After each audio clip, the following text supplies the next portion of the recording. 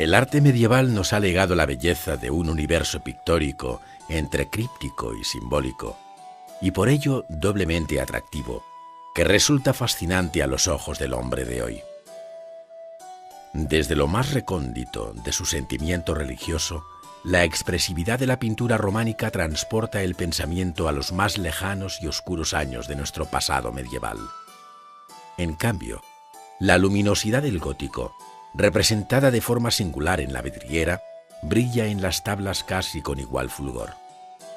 Los panes de oro reluciendo en el fondo de los cuadros, en los bordes de las vestiduras y en los nimbos de los personajes sagrados, sugieren la época dorada de un nuevo sentimiento de ser hombre.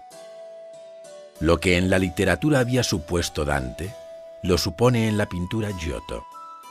Ambos representan el esfuerzo de reconstruir de nueva planta, con estructura arquitectónica y desde los mismos cimientos, su propio arte, el patrimonio que habían heredado de sus mayores y que tras ellos quedará incrementado y distinto. En el otro extremo se encuentra Simone Martini, que inventa para la pintura cuanto Petrarca había inventado para la poesía. Ambos, poeta y pintor, representan el ritmo, la dulzura, la música de la palabra y de la línea. Los pintores de una punta a otra de la Europa occidental miraron bien a Siena, bien a Florencia y crearon una obra de cierta personalidad, pero siempre con un innegable débito a cualquiera de los dos maestros italianos y en ocasiones a ambos. Fue difícil sustraerse a la sobria verdad del uno y a la belleza amable del otro. Giotto y Simone Martini, los dos pilares sobre los que la pintura europea se asentaría durante más de una centuria.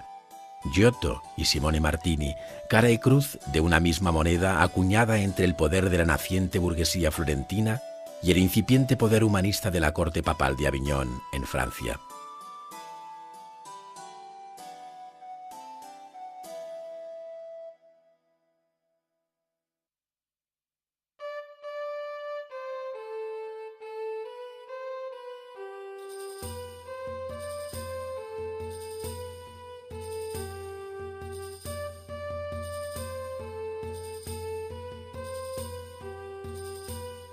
En el siglo XIII, en un momento crucial del arte y del pensamiento medieval, Guillermo Durando, obispo de Mende, escribió hacia 1286 un bello Manual de los Oficios Divinos, donde defendía la utilización de las imágenes en el arte cristiano.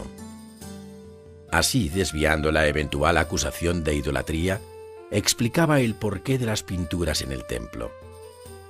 Las pinturas y los ornamentos que están en la iglesia son las lecturas y las escrituras de los laicos. Lo dice Gregorio.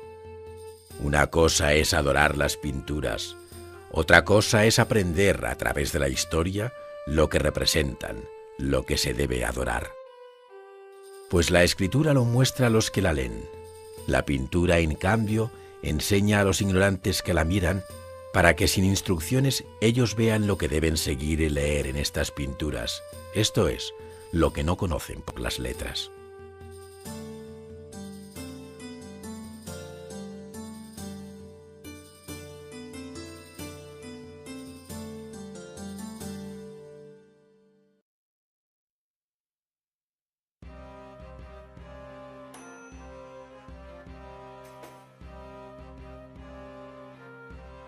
Desde finales del siglo XIII y partiendo de la estética bizantina que había caracterizado a la pintura románica, comenzaron a despuntar diferentes tendencias o escuelas pictóricas que conformaron la pintura gótica europea.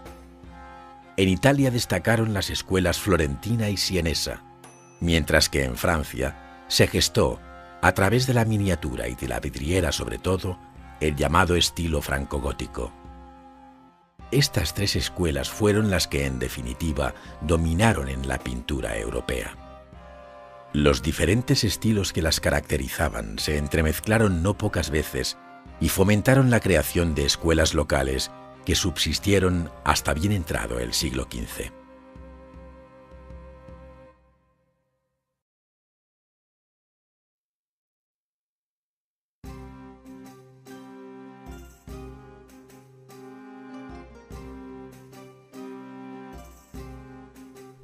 Giotto di Bondone, considerado en su época el más grande pintor de todos los tiempos, nació probablemente en 1267 en Col de Vespignano, de una sencilla familia de campesinos. Acudió en Florencia al taller del pintor Cimabue y pronto alcanzó una excelente reputación.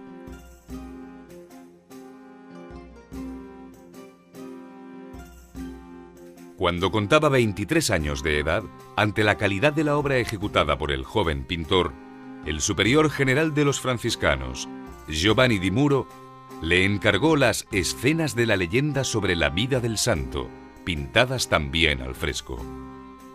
Después, recibió gran número de encargos que le llevaron a Roma, Padua, Nápoles y también, probablemente, a Bolonia y Milán. Su estilo, directo y claro, nace de la agudísima observación de la naturaleza. Se esforzó en dar volumen a la forma, sacrificando para ello cualquier preciosismo lineal. Y no solo atendió a la pureza de la forma, sino a la estructura espacial de la composición, añadiéndose a todo ello el manejo excepcional del color, cuyas posibilidades utilizó con singular maestría. En su obra máxima, que es la decoración de la capilla de Enrico Scrovegni en Padua, los colores adquirieron una magnífica transparencia. Giotto yuxtapuso aquí, sabiamente, las gamas frías y las gamas cálidas, generando con ello planos de muy distinta profundidad. Las escenas estaban dedicadas a la vida de la Virgen y de Cristo e intentaban escapar de los estereotipos prefijados. Aunque en este sentido, nada fue tan innovador como la iconografía de San Francisco, cuya humanidad reflejó con especial intensidad, quizá porque el santo, muerto en 1226, estaba demasiado cerca del pintor en el tiempo y en el espacio.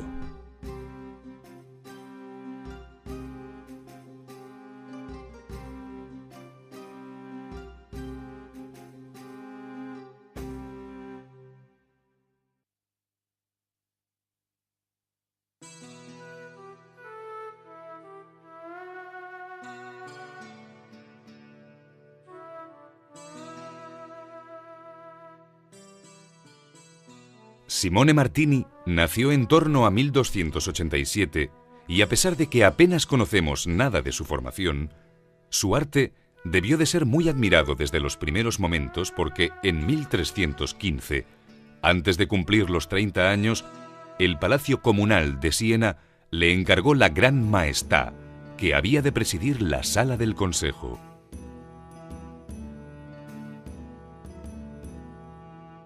Dos años más tarde, en 1317, marchó a Nápoles a pintar la tabla que representa a San Luis de Tolosa coronando al rey de Nápoles.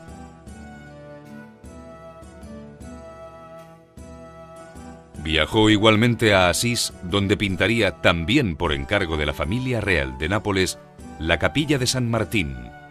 Pero el viaje definitivo que cerró el ciclo de su evolución pictórica fue el que realizó a Aviñón, donde residió sus últimos años y donde murió en 1344.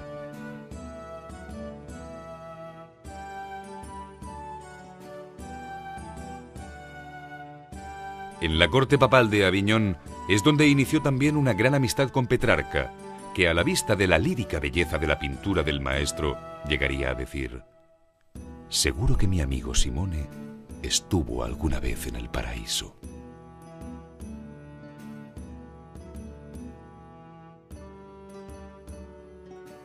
El estilo de Simone Martini debe mucho a la delicadeza aprendida de Duccio. Esta deuda con el maestro está presente en los ropajes bordeados de oro, en la finura de los rostros y en la elegancia de las expresiones. No obstante, la influencia del arte francés que muestran ya sus primeras obras convierte al maestro en un innovador, o más bien renovador, de la escuela. El gusto por la línea y el preciosismo le lleva a extremos verdaderamente virtuosos, puestos de manifiesto muy especialmente en sus versiones de la Anunciación. Las obras que le dieron mayor fama fueron los frescos del Palacio Comunal de Siena. Por una parte, un tema religioso, la Majestad, con una virgen coronada a la manera de las vírgenes francesas, pero siguiendo la composición tradicional italiana. Y por otro lado, un retrato ecuestre, el del condottiero Guidoricchio da Fogliano, representado en campaña entre las dos ciudades rebeldes de Montemassi y de Sassoforte, a las que él había conseguido someter.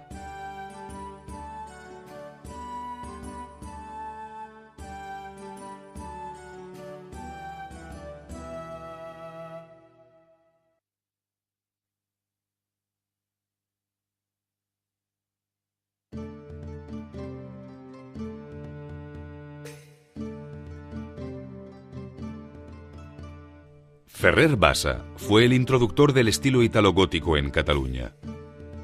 De las noticias que de él tenemos, puede afirmarse que vivió en Barcelona desde 1324 hasta su muerte, acaecida probablemente en el año de 1350. Se cree que viajó por Italia, donde estudió la pintura de Giotto y de Simone Martini. Compartió después el taller y los encargos con su hijo, el también pintor Arnau Bassa, muerto por los mismos años que el padre, a causa, seguramente, de la peste negra. Ambos alternaron el trabajo de iluminación de manuscritos con la pintura al temple sobre tabla y con la decoración mural. Siendo Ferrer Bassa pintor real de Alfonso IV y de Pedro IV el Ceremonioso, sus pinturas y las de su hijo Arnau estuvieron destinadas a edificios nobles, lo que propició que el arte italogótico fuera conocido prontamente en España y se difundiera también con cierta rapidez.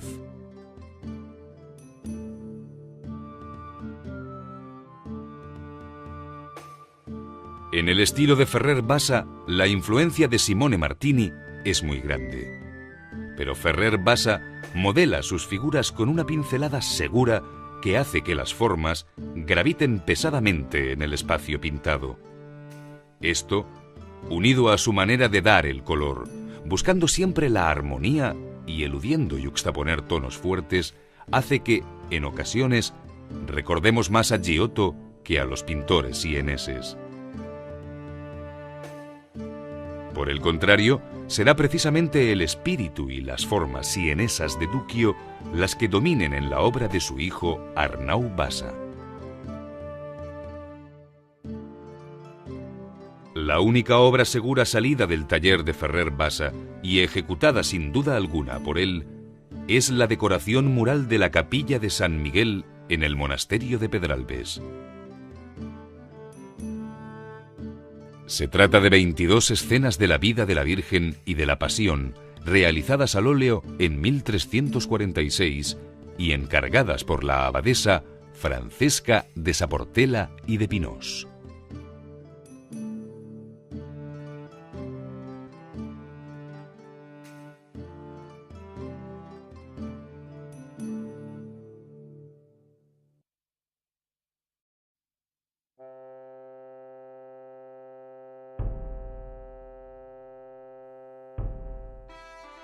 La Edad Media produjo gran número de pinturas, tanto murales como sobre tabla y vidrio, dando lugar a un rico universo formal. La transformación sufrida a lo largo de los años del románico y del gótico en el seno de ese mundo medieval va desde los cánones repetitivos del bizantinismo hasta las fórmulas más innovadoras y creadoras de un verdadero prerrenacimiento. El humanismo creciente se fue haciendo perceptible en algunas de las piezas maestras del período, de manera que, a través de ellas, es posible rastrear el camino recorrido por los grandes maestros.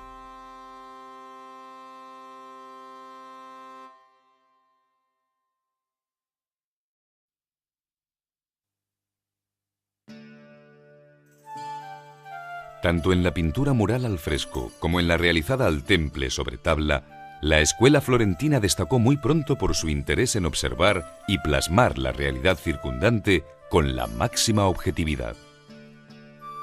Este afán proporcionó mayor solidez a las formas, disciplina en las proporciones y una manera de componer más flexible.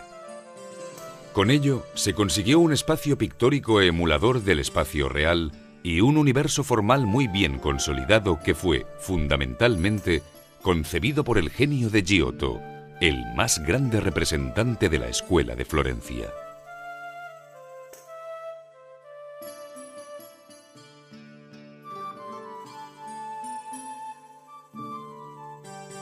A Giotto se debe, en efecto, la comprensión total del espacio y su correlación con el volumen, superando con mucho los esfuerzos iniciados tímidamente por su maestro Cimabue. Por otra parte, sus discípulos Bernardo Daddi y Taddeo Gaddi siguieron fielmente las normas del maestro, aunque sin ser capaces de superarlo.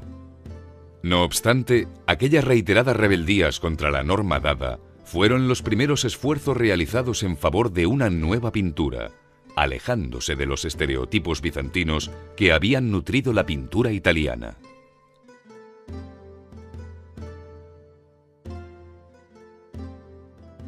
Las obras de todos estos maestros marcan con diáfana claridad la senda seguida.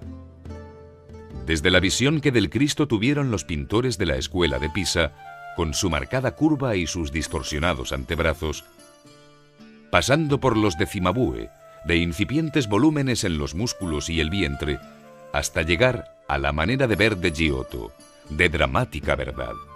Apenas han transcurrido unos pocos años.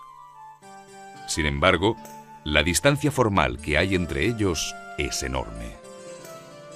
Lo mismo ocurre con el tema de la llamada Maestà, representación de la Virgen con el niño rodeada de ángeles y de santos, que conoce un cambio sustancial en manos del maestro Giotto, convirtiéndose en una verdadera matrona, mucho más humana que aquellas otras que la preceden en el tiempo y de las que indiscutiblemente desciende.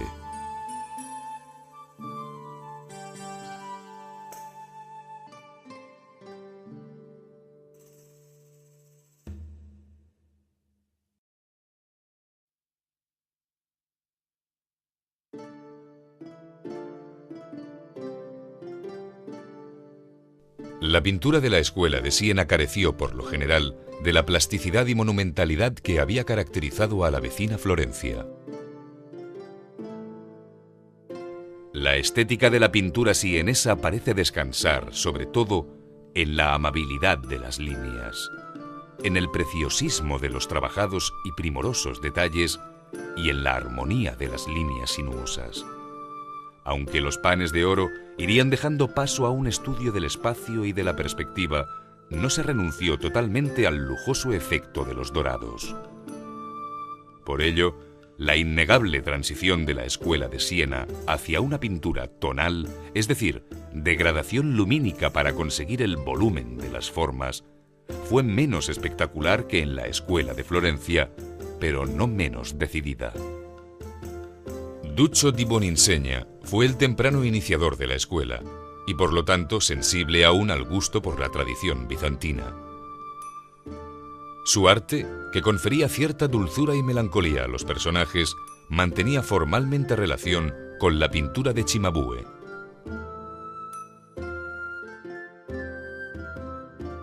Desde él hasta los hermanos Ambrogio y Pietro Lorenzetti, que llegaron a ser verdaderos discípulos de Giotto, hay toda una escala interpretativa de la belleza de la línea que culminó en el máximo representante de la escuela, Simone Martini. A los maestros de Siena debemos obras tan excepcionales como la Madonna Rucellai, de Duccio, donde el aún joven pintor demostró una gran sensibilidad en la forma de aplicar el color, así como una estudiada delicadeza en la compostura de las figuras.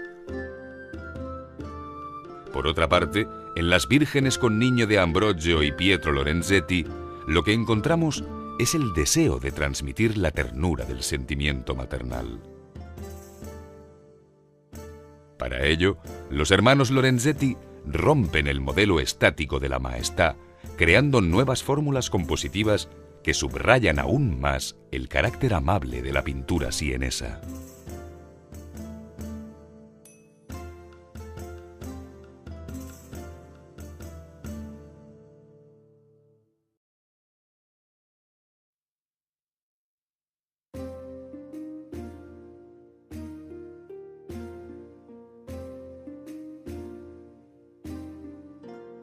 En la pintura española se observa una temprana influencia italiana.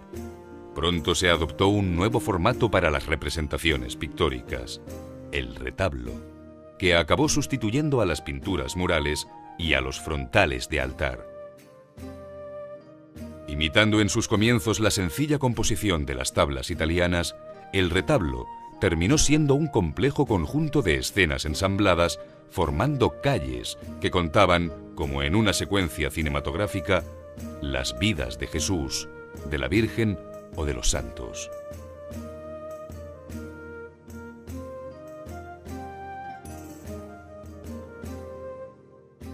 Por otra parte, se fue haciendo evidente la asimilación progresiva del arte nuevo venido de Siena y de Florencia, de manera que la escuela florentina influyó poderosamente sobre Castilla, mientras la sienesa lo hizo sobre Aragón y Cataluña.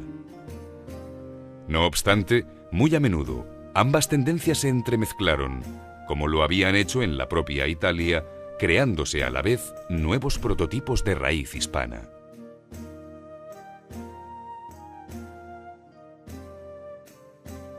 Destacaron las personalidades de Ferrer Bassa y de los hermanos Jaime y Pedro Serra, sobre todo este último, cuya influencia se ha querido ver en el autor del magnífico retablo de Sigena.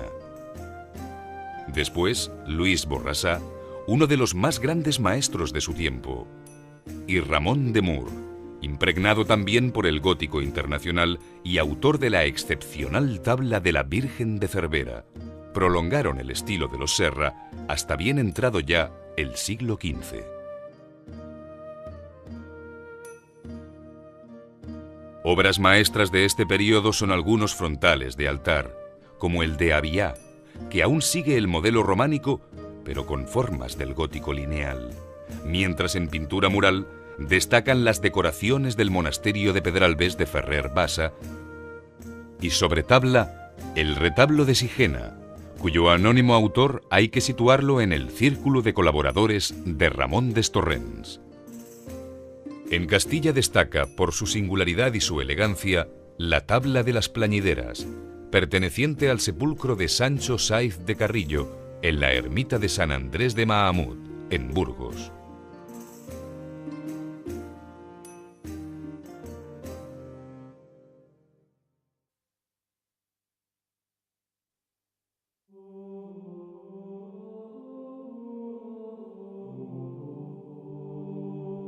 La pintura medieval estuvo fundamentalmente al servicio de la Iglesia, de modo que, salvo escasas excepciones en que la pintura profana alcanzó gran dignidad, los muros de las iglesias, frontales y retablos narraron la vida de Cristo, de la Virgen y de los santos.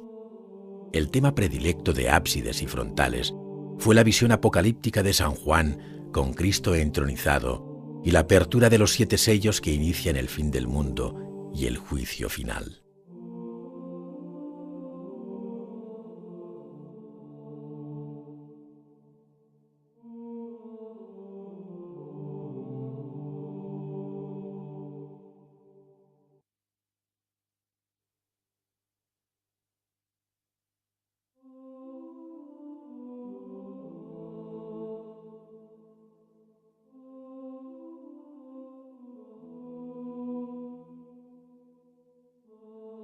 La pintura románica, que tenía un sentido jerárquico en sus representaciones, reservaba el centro de los ábsides para pintar el Pantocrátor.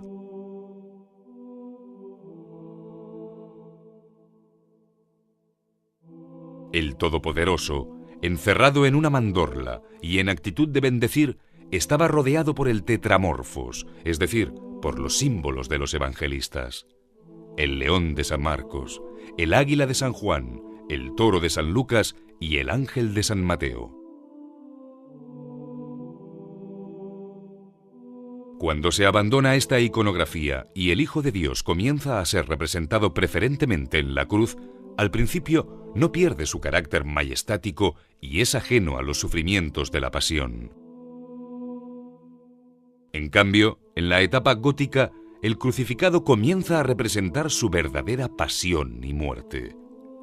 Deja de ser insensible al dolor y su cuerpo, apenas cubierto ahora por un paño de pureza, muestra las huellas del sufrimiento. El rostro se contrae, el vientre se hincha y la curva de la cadera se marca exageradamente. Las heridas manan sangre y los antebrazos se descoyuntan saliéndose de la articulación del hombro. La imagen del Cristo va poco a poco adquiriendo volumen y, por lo tanto, adquiriendo cada vez mayor humanidad. Al principio, unas pocas líneas señalaban los músculos de los brazos y de las piernas, los pectorales, las costillas y el vientre, pero todo ello tratado con una excesiva rigidez geométrica. Después, la escuela de Pisa fue la primera que incorporó el perfil curvo al cuerpo de Cristo, aportando mayor credibilidad a la escena. De este modelo de Cristo tomó Cimabue la idea para el suyo, que está considerado como el primero con una clara intención de humanizarse, a una costa de perder el carisma de lo divino. No obstante, hasta que Giotto y Simone Martini no representaron su visión de la persona divina, la crucifixión no llegó a convertirse en el gran modelo del dolor humano.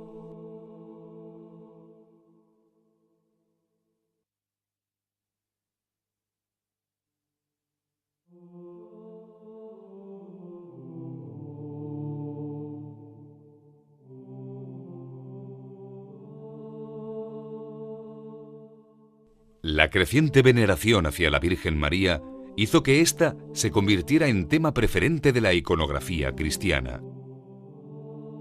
Durante los años del románico, apenas había escapado del modelo de la Virgen Trono, un mero asiento para el niño que, desde su regazo, bendice y toma composturas de adulto. Cubierta por el manto azul de simbología sagrada, es la llamada Virgen Bizantina o Theotokos.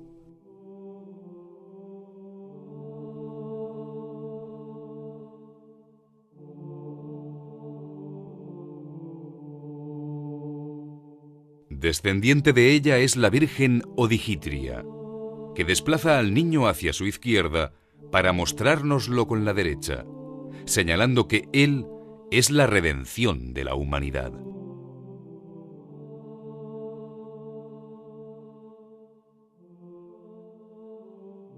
Después, ya en pleno gótico, la Virgen adopta su papel de madre y refleja la ternura en su rostro mientras se acerca al Hijo, que es claramente el receptor de su amor.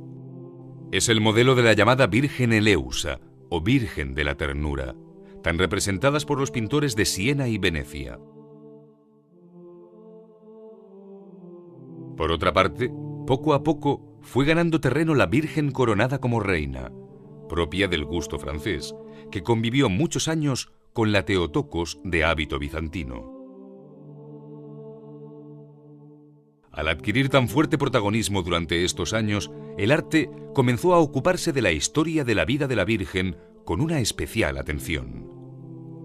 Además de los temas ya tratados desde antaño del nacimiento y de la adoración de los magos, comenzaron a abundar las escenas de la Anunciación, cuya amabilidad era muy del gusto del gótico.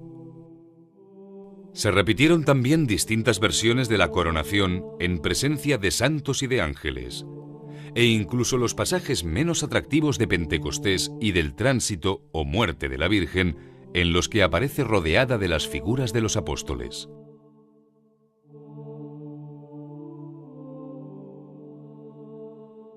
Su papel de madre la implicó también en el dolor de la pasión, y comenzó a aparecer semidesmayada a los pies del crucificado o llorando sobre el cuerpo del Hijo muerto.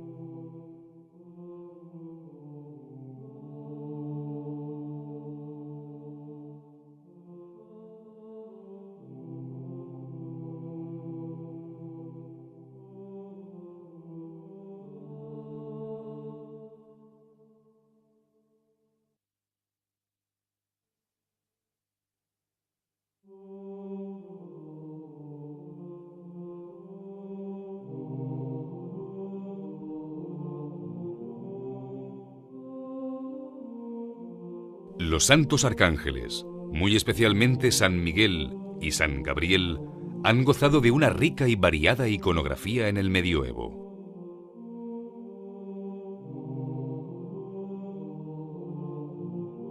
Miguel, vencedor del mal, se ocupó de pesar las almas y de dirigirlas al cielo o al infierno, mientras Gabriel, en cambio, cobró protagonismo con la veneración mariana tan extendida en la época del gótico. El arcángel San Gabriel había notificado a la Virgen la llegada del Cristo como fruto de su vientre. Y esta escena de la Anunciación se convirtió en uno de los temas preferidos por el pintor de la Baja Edad Media.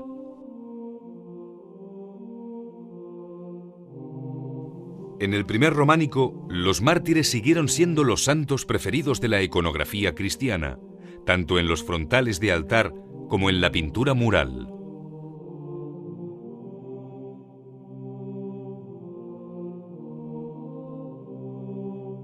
Mucho tiempo después, todavía San Esteban, primer mártir del cristianismo que murió lapidado, y San Lorenzo, abrasado en la parrilla, o San Pedro y San Pablo, sufriendo martirio, siguieron ocupando el espacio de los retablos góticos.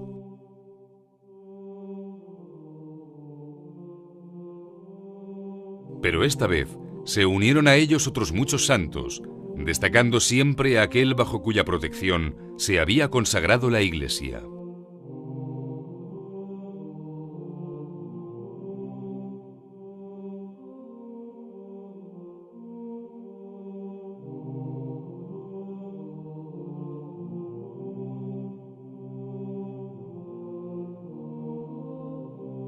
Sin embargo, la pintura gótica prefirió representar una nueva generación de hombres santos, la de aquellos que dieron ejemplo no con su muerte, sino con su vida. San Antonio Abad, venciendo a las tentaciones; Santo Domingo, predicando la palabra del Señor con sus Domini Cani; y San Francisco, con sus Poverellos, abandonando los bienes del mundo por amor a Dios y a las cosas por Él creadas. Hay una profunda admiración por los fundadores de órdenes religiosas que contagiaban a su comunidad esta alegría de la vida de sacrificio y de entrega a los demás. Las escenas de la vida de San Francisco de Asís, pintadas por Giotto, son, sin duda, el mejor ejemplo de esta nueva iconografía cristiana. Sin olvidar el magnífico retablo pintado por Pietro Lorenzetti sobre la vida piadosa de la Beata Humildad.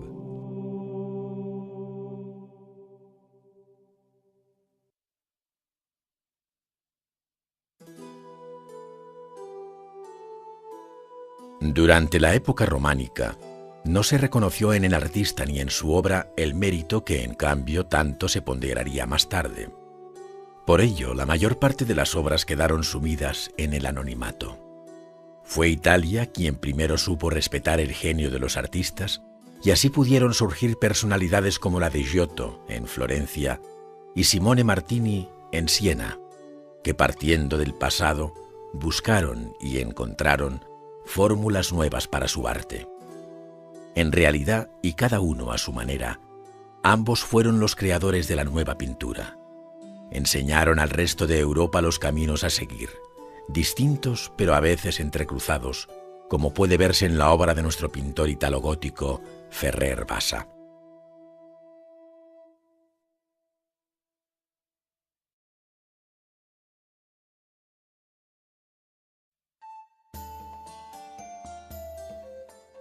La decoración románica del ábside de la iglesia de San Clemente de Taúll es, sin duda alguna, la pintura mural más interesante que conservamos del siglo XII.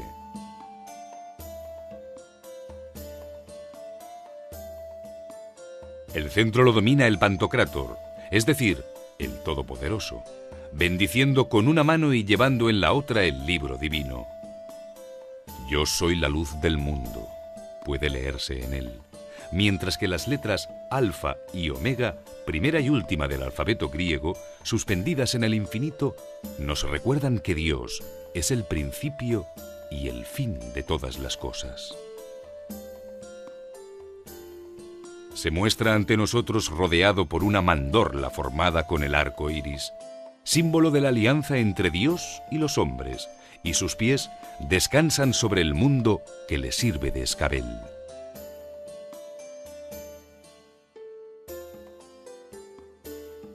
A su alrededor giran aquellos personajes que San Juan denominó los vivientes, en su visión apocalíptica, llenos de ojos, entre los que vemos con claridad el león de San Marcos y el toro de San Lucas. Sobre la clave de la bóveda se representa también el Cordero Místico, único capaz de abrir los 7 sellos y que posee 7 ojos que son los 7 espíritus de Dios lanzados al mundo. Las líneas que definen el dibujo son gruesas y trazadas con firmeza. Ellas delimitan los campos de color que se presentan planos, es decir, que no buscan efectos de volumen. No se siente interés por un desarrollo espacial del entorno y se valora única y exclusivamente el poder expresivo de los personajes. Se centra la atención en el rostro del Pantocrátor, alargado y simétrico, aunque estructurado en el singular ritmo curvilíneo que le proporcionan las escalonadas cejas, el rictus de la boca y el bucle caprichoso de la barba. La frontalidad absoluta afecta no solo al Pantocrátor, sino también a todas las figuras de los apóstoles que se ubican jerárquicamente en los muros del ábside. Junto a ellos, la Virgen que, en estos años, aún no disfrutaba de la especial veneración que tuvo después en el período gótico, está dibujada con la simplicidad y la destreza máximas de que es capaz el maestro de Taúl. Por otra parte, ni un atisbo de espacio pintado y sí, en cambio, un derroche de grecas, enmarques y cortinajes que enriquecen el escenario en que se mueven las figuras.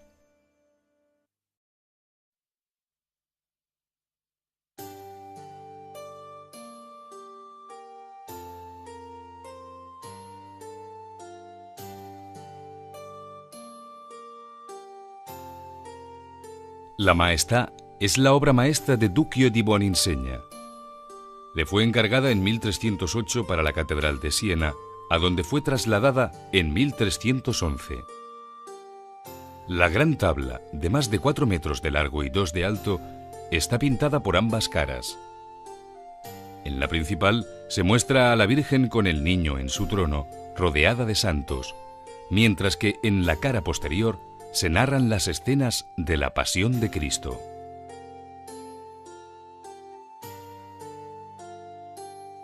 La Maestà es el resultado de la asimilación de la tradición bizantina y el nuevo concepto del color que su autor posee.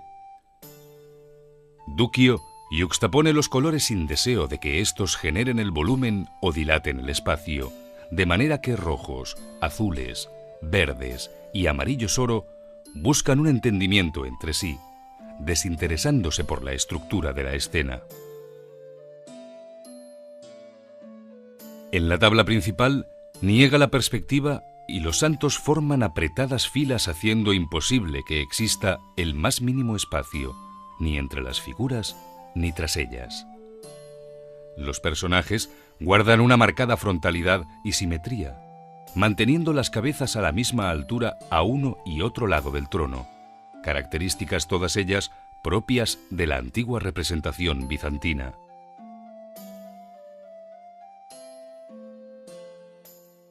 Al dorso, las escenas de la Pasión se liberan en parte de este acusado hieratismo. Las secuencias se dividen en 2 calles horizontales y 7 verticales, siendo la central más ancha que las laterales. Enmarcadas en rectángulos, cada espacio rectangular se divide en 2. Salvo la primera, que representa la entrada en Jerusalén, y a la que Duccio distingue dándole todo el espacio disponible en el recuadro. Al igual que ocurre con la crucifixión de la calle central.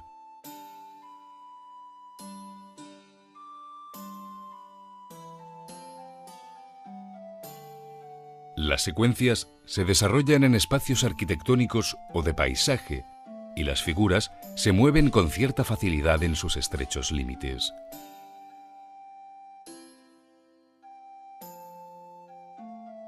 Conmueven hondamente, unas veces por la ingenuidad de su narrativa, como en El prendimiento o en El huerto de los olivos.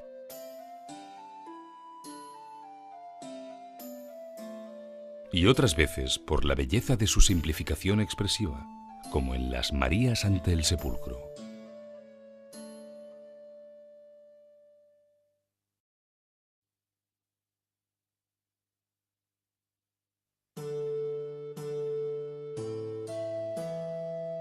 La Anunciación, realizada por Simone Martini, que hoy guarda el Museo de los Uffizi, fue pintada en 1333 para el altar de San Ansano en la Catedral de Siena. Es una tabla de casi 3 metros de largo por más de 2,5 de alto. Unas finas columnillas salomónicas dividen su superficie en 3 partes. En la central se cuenta la visita del arcángel San Gabriel a la Virgen María para anunciarle el nacimiento del Señor, mientras en las laterales aparecen las efigies de San Ansano y Santa Julieta.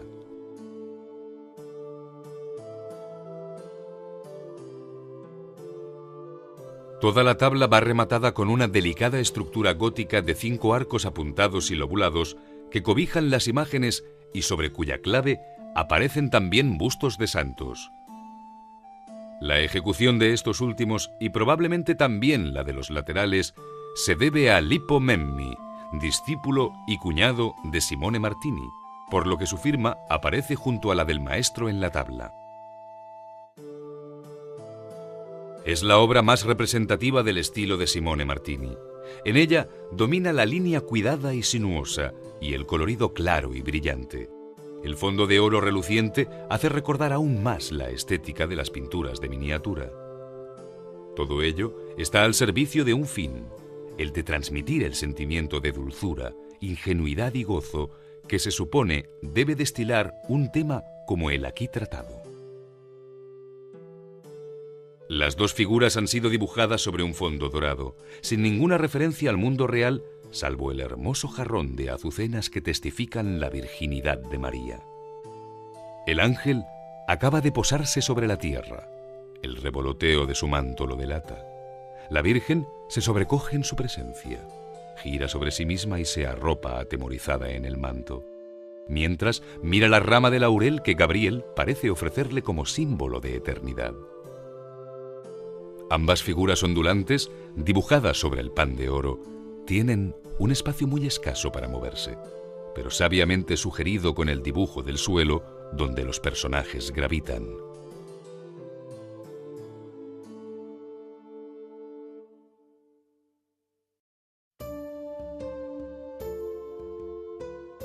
El testimonio de Raúl Glaber, a comienzos del siglo XI, resulta impresionante al contarnos lo que sus ojos ven. Como se aproximara el 3er año después del año 1000, se vio en casi toda la tierra, pero sobre todo en Italia y Galia, la renovación de las iglesias. Aunque la mayor parte no tuvieran ninguna necesidad porque estaban muy bien construidas, un deseo de emulación llevó a cada comunidad cristiana a tener la suya más suntuosa que la de los otros. Era como si el mundo se hubiera revestido de un blanco manto de iglesias. Entonces, casi todas las episcopales, los santuarios monásticos dedicados a diversos santos e incluso las pequeñas capillas de las villas fueron reconstruidas por los fieles de una forma más bella. A todos estos monasterios, como el de Sacramenia, y a las nuevas iglesias, se les dotó del mobiliario litúrgico correspondiente, no faltando pintura mural, frontales y retablos que al fresco y al temple guarnecieron cromáticamente su interior.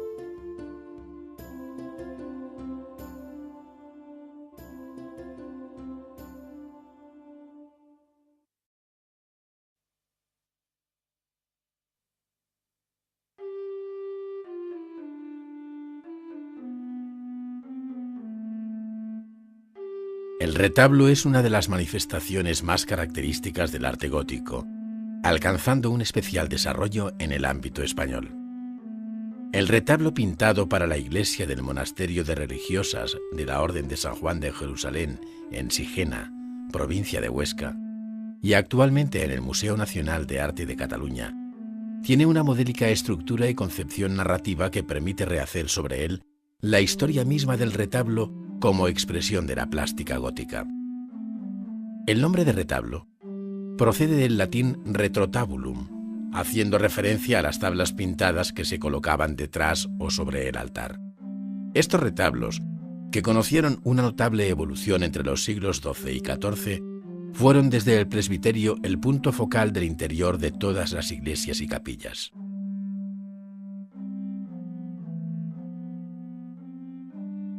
El retablo fue adquiriendo con el tiempo una proporción marcadamente vertical, pero en su forma más arcaica no era sino una tabla con su propio marco y de reducidas dimensiones, sobre la que se distribuía en varios registros las distintas escenas.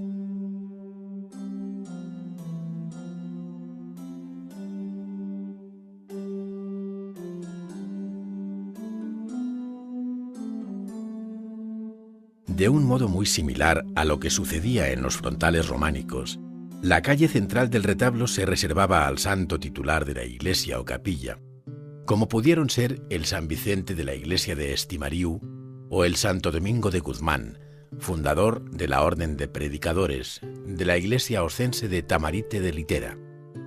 Ambas obras están pintadas al temple sobre tabla y pertenecen a la primera mitad del siglo XIV.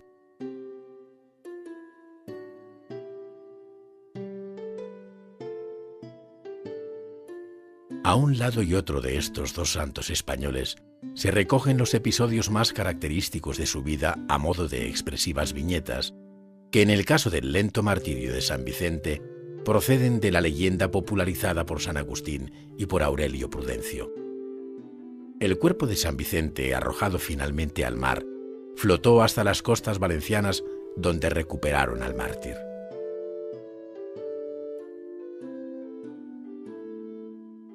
En la vida de Santo Domingo de Guzmán, además de varios milagros como el de la mula postrándose ante la Eucaristía o el de la caída del arquitecto en la cripta de San Sixto, es notable su condición de defensor de la ortodoxia frente a la herejía de los albigenses en la escena de la quema de libros heréticos.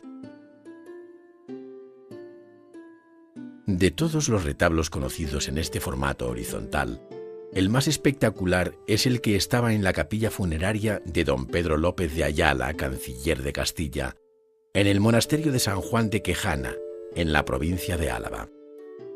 Tanto el frontal como el retablo pertenecen al mismo equipo de pintores a los que don Pedro encargó esta obra en 1396.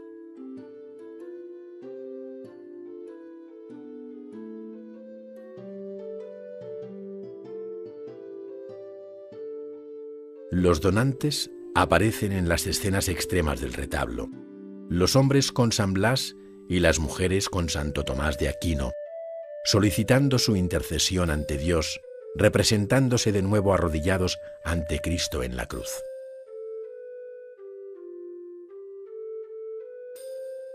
El retablo que narra la vida de Cristo se lee cronológicamente como una historia, primero de izquierda a derecha el registro bajo, y luego, en la misma dirección, el nivel alto, de tal manera que lo que comienza con la Anunciación termina con la escena de la entrega del cinto de María a Santo Tomás. Este bellísimo retablo y frontal fue vendido en 1916, hallándose hoy en el Instituto de Arte de Chicago. La simple tabla pintada fue adquiriendo perfiles arquitectónicos que vinieron primero a sugerir una cierta verticalidad y después a reafirmarla. Así puede verse en el llamado tríptico de San Vicente, procedente de la iglesia de Estopiñán en Huesca, pintado hacia 1367, y en el retablo de los santos Juanes, el Bautista y el Evangelista, obra del llamado maestro de Santa Coloma de Queralt. En este caso, donde los elementos arquitectónicos contribuyen a subrayar las calles verticales que terminan en unos apuntados remates entre pináculos. Todo el retablo descansa sobre un banco o predela igualmente pintada al temple, que sirve de asiento general a la obra. Aquellas formas angulosas de los remates del retablo fueron cediendo el paso a otras más suaves en arco, rematadas por florones. Así sucede en el de San Antonio Abad del maestro Rubió, pintado entre 1360 y 1375, y en el de San Esteban, pintado hacia 1385 y atribuido a Jaume Serra. Ambos utilizan ampliamente el oro en los fondos y coronan la calle central con lo que se llama espina del retablo, esto es, la escena del Calvario con Cristo en la cruz entre María y San Juan. Además de los santos titulares, fue muy común hasta bien entrado el siglo XV la dedicación del retablo a la Virgen con el Niño, apareciendo María en un trono y coronada, acompañada de ángeles y santos. A la Virgen está dedicado el gran retablo de Santa María de Sigena, con 5 calles sobre una predela, con su correspondiente espina culminando la calle central, más ancha y alta que las demás, y todo él protegido por un guardapolvo o polsera que viene a ser el marco general del retablo. La obra fue encargo del comendador de Sigena, fray Fontaner de Glera, quien aparece arrodillado ante la Virgen como donante del retablo. La obra se pintó hacia mediados del siglo XIV, y su autor habría que buscarlo en el círculo de colaboradores del maestro Ramón de Torrents, pues resulta clara su vinculación al estilo italogótico de carácter sienes. El espíritu elegante y curvilíneo que cabe observar en la tabla central, donde el borde del manto de la Virgen es muy expresivo en su movimiento de curvas y contracurvas, permite, en efecto, acercarlo más a Siena que a Florencia. Las escenas están dedicadas prácticamente a la vida de Cristo, pero en los registros de la derecha se guardan unas tablas para la vida de la Virgen, donde el episodio de la coronación tiene todas las excelencias de la pintura gótica, tanto por el ambiente al que tanto ayuda la arquería gótica del fondo, como por el religioso silencio imperante.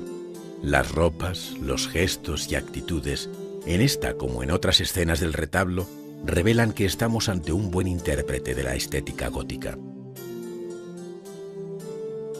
La lectura del retablo responde a un orden distinto del ya señalado, pues se leen de izquierda a derecha las 2 calles de nuestra izquierda, esto es, primero la Anunciación, después el Nacimiento, y así hacia abajo.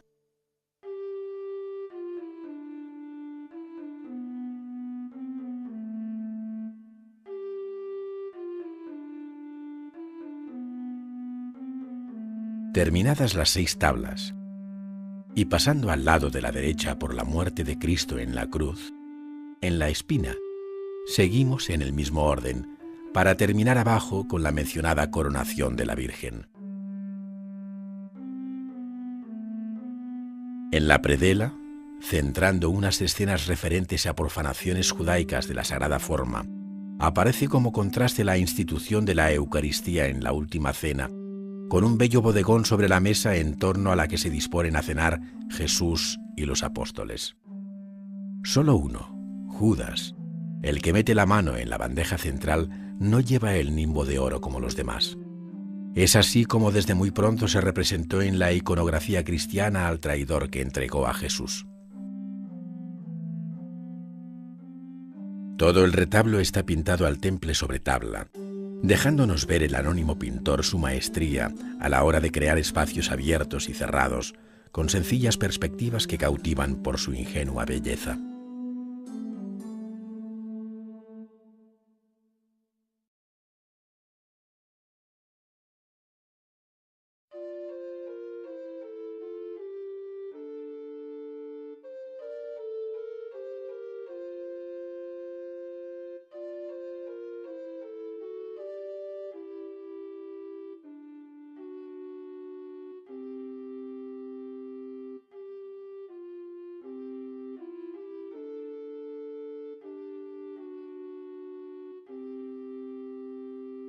Poco antes de amanecer, los ayudantes del maestro comienzan a preparar los materiales para la jornada de trabajo. Bien amasando el mortero con el que finalizar la preparación del muro para pintar al fresco, bien machacando las tierras y minerales de los que se obtendrá el color. Esto es lo que hace aquella joven sobre la mesa de trabajo, con gran atención y con un movimiento que tiene mucho de experimentado ritual. Un mármol blanco, bien pulido, sirve de base para la obtención de este azul intenso obtenido a partir del lapislázuli, cuya mezcla recoge con sumo cuidado. El maestro, subido ya al andamio, participa también en esta tarea más propia de albañil que de pintor propiamente dicho, pues se dispone a rematar la preparación del muro que todavía muestra irregularidades en la superficie. Con un mortero de cal y auxiliado de una llana y una paletilla, se dispone a tapar las oquedades, repasando con atención la cara del muro sobre la que más tarde empezará a pintar.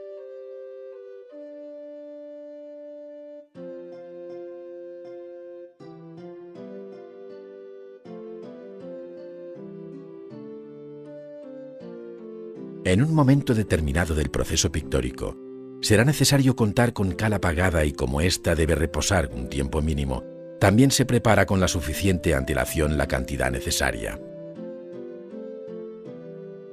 Para ello, se utiliza un cuezo o recipiente de madera en forma de artesa en la que se dejan caer pequeños fragmentos de cal sobre los que se vierte agua. Inmediatamente se produce un fenómeno de cocción, alcanzando una temperatura de 1000 grados, por lo que su manejo requiere mucha precaución. Para ello se utiliza una batidera de brazo largo, con la que el ayudante remueve la pasta para que sea lo más homogénea posible. Durante el proceso, el óxido de cal se convierte en hidróxido cálcico, conociéndose vulgarmente esta operación como azogado o apagado de la cal, pues poco a poco ésta deja de estar viva.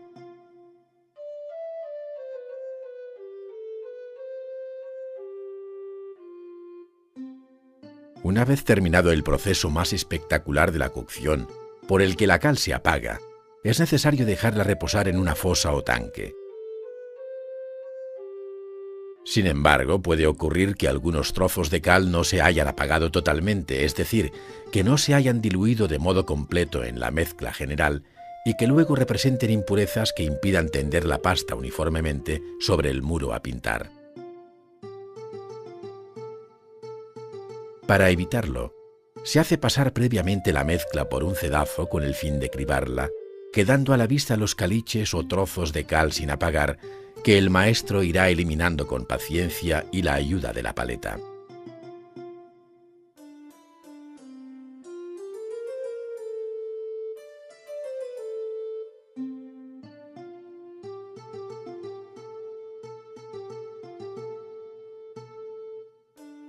Una de las tareas primeras que el pintor debe afrontar con anterioridad a coger los pinceles es la de encajar la figura a su tamaño definitivo sobre el muro.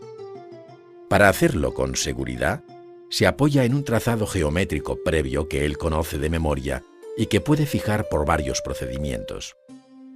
Aquí se ve al maestro que con su ayudante marca las líneas principales de la composición con el auxilio de un cordel empolvado de color, con el cual marca los ejes y centros de las curvas que señalan el perímetro exterior de la mandorla.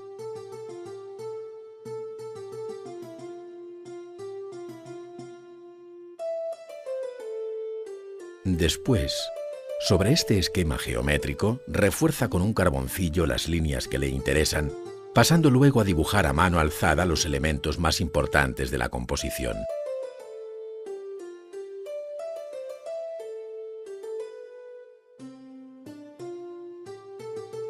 El artista, con un fuerte sentido de la armonía, esto es, de la proporción que deben guardar las partes entre sí y éstas con el todo, pasa paulatinamente de los aspectos generales a los detalles más concretos.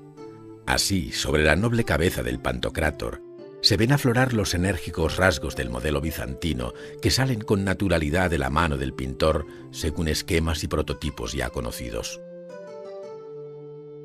Otros elementos de acompañamiento, las manos, ropas y pliegues, hacen que en poco tiempo aquella superficie hasta entonces muda se ofrezca como animado plano en el que el arte empieza a vivir. «Yo soy la luz del mundo», escribe solemne el maestro sobre el libro del sumo hacedor. Finalmente, con una escobilla limpia y sacude el polvo del carboncillo para proceder a repasar y fijar definitivamente la que podríamos llamar alma dibujada de la pintura. El maestro coge por vez primera el pincel y recorre todas las líneas previamente dibujadas, añadiendo 1 y 1000 detalles que forman los futuros campos de color como si se tratara del tabicado o celdillas de un monumental esmalte plano.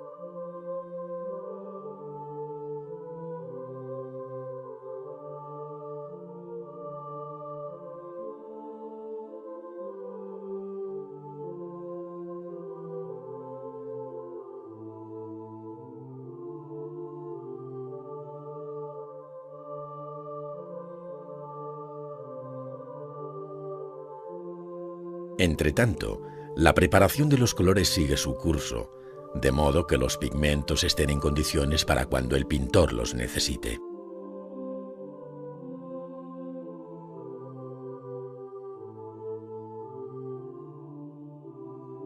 Esta tarea corre a cargo de su ayudante, que con mucho esmero va dosificando el agua que vierte sobre pequeños montones de tierra a modo de diminutos volcanes, pasando por encima la moleta o piedra de moler, hasta conseguir la mezcla apetecida que con sumo cuidado se va recogiendo en pequeños recipientes como pueden ser estas valvas de mejillón.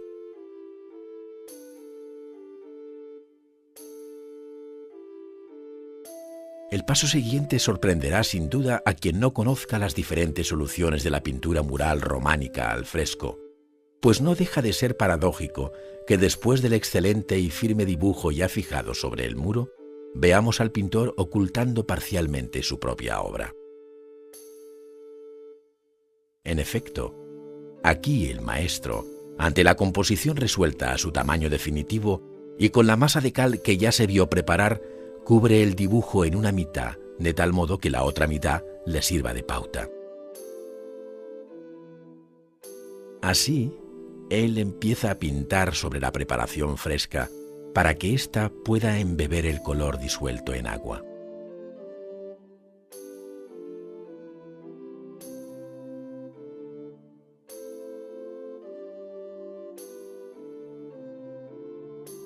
La mitad de la derecha le sirve de espejo en que apoyarse para el nuevo dibujo a pincel, incorporando ya el color que va llenando los campos, detallando el modelado, las luces, sombras y otros detalles que completan la imagen final.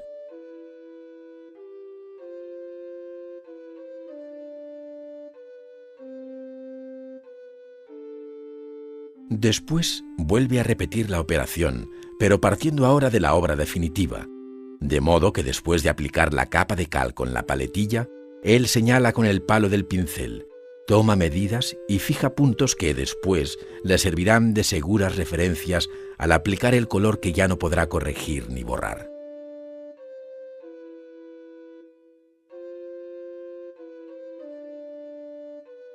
De esta forma, el dibujo subyacente, lo que se llama comúnmente sinopia cuando está dibujado en rojo, queda por debajo de la pintura, testigo mudo e invisible de una operación que solo se descubrirá al arrancar y trasladar esta última capa del muro, que es la que realmente soporta las pinturas.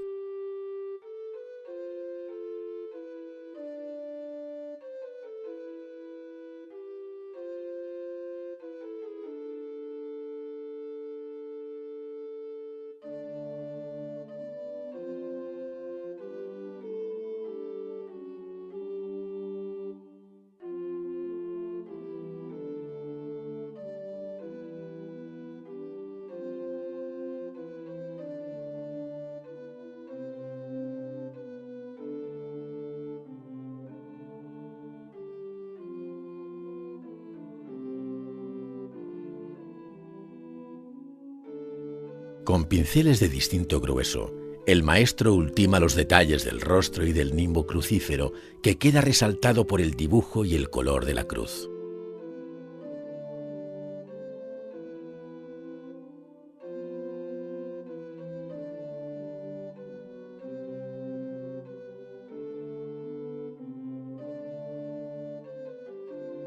Por último, el maestro vuelve a preparar los pigmentos para dar los toques finales, si bien esta vez utilizará la técnica al temple sobre el fresco ya seco.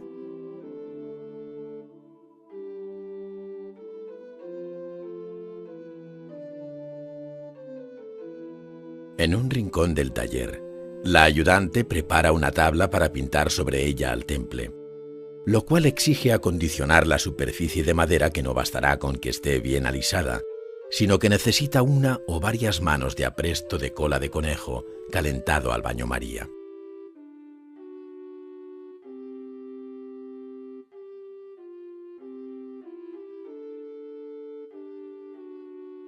Luego se da otra mano de yeso o polvo blanco que dará la textura definitiva a la pintura, sirviendo de luminoso fondo.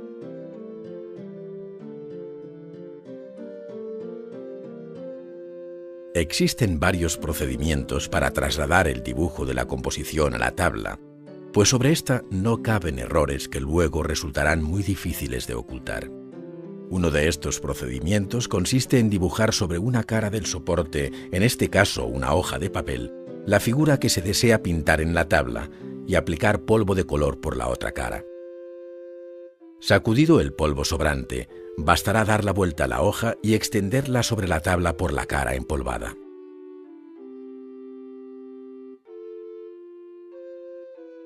Luego, con un punzón no cortante o con el palo del pincel, se repasa el dibujo previo, comprobando continuamente si se va señalando la huella del dibujo, que por simple presión queda marcado sobre el blanco del apresto que se dio a la tabla.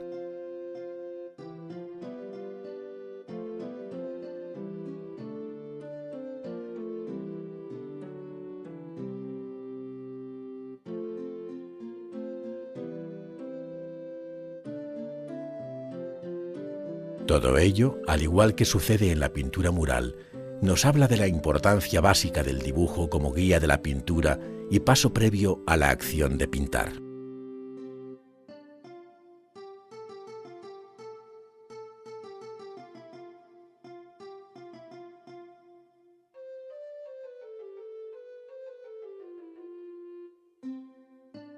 La técnica al temple utiliza el agua para desleír los colores, pero necesita de un aglutinante, como los que contiene la leche, para fijar y adherir el color sobre el soporte.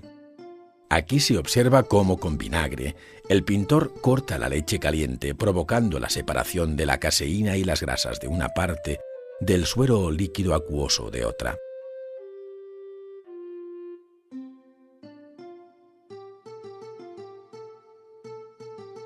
Para poder utilizarlos por separado, el pintor se vale de un elemental pero eficaz filtro que le permitirá aislar del suero los blancos fragmentos de caseína solidificados.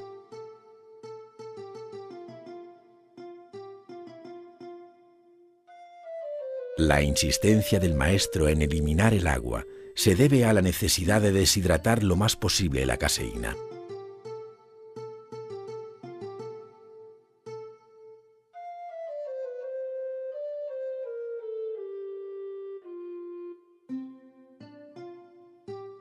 A la caseína añadirá una lechada de cal y luego algo de leche desnatada, todo en su debida proporción, batiendo a continuación la mezcla en un cuenco o similar hasta alcanzar la pastosidad requerida.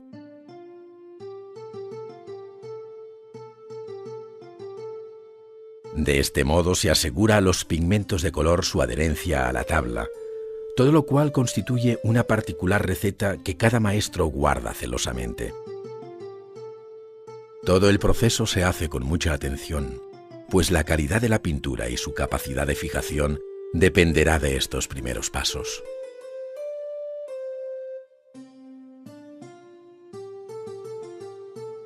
Otro de los procedimientos de la pintura al temple consiste en utilizar el huevo como aglutinante, y también aquí se procede a la separación de aquellos componentes del huevo que interesan al pintor, como es la yema.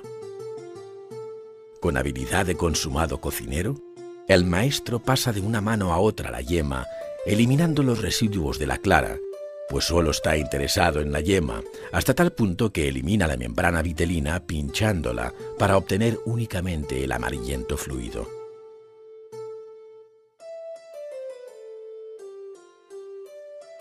La propia cáscara de huevo sirve para dosificar otros componentes líquidos.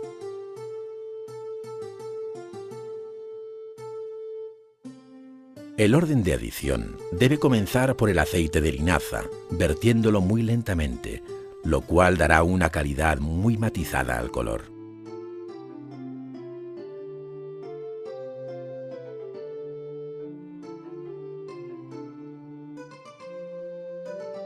Luego se echa algo de barniz, incorporando así brillantez a la mezcla, batiéndola toda muy bien para que alcance un punto de ligazón óptimo.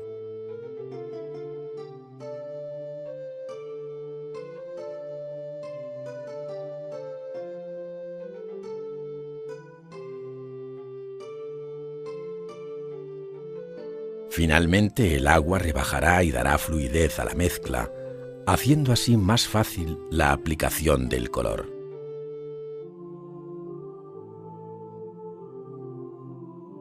Todos estos elementos que proporcionan posibilidades cromáticas y de textura que no tenía la técnica del temple a la caseína, harán del temple al huevo la técnica preferida por los maestros de la Edad Media.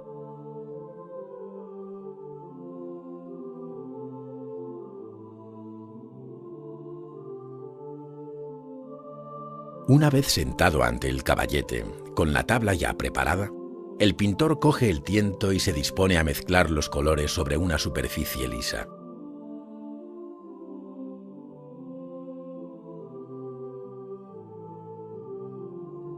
El primer paso consistirá en reforzar el tenue dibujo que se había calcado sobre la tabla.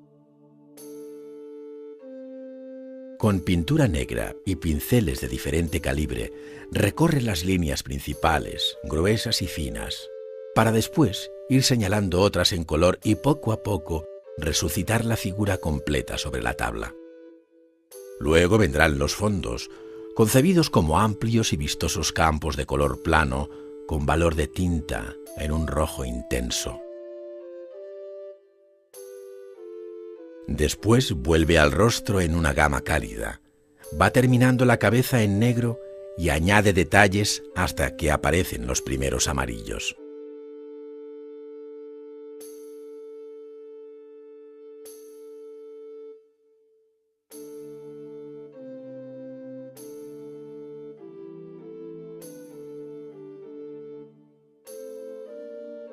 Más tarde acude a rellenar con color otros campos como la cruz del nimbo, la mandorla y así hasta completar la imagen.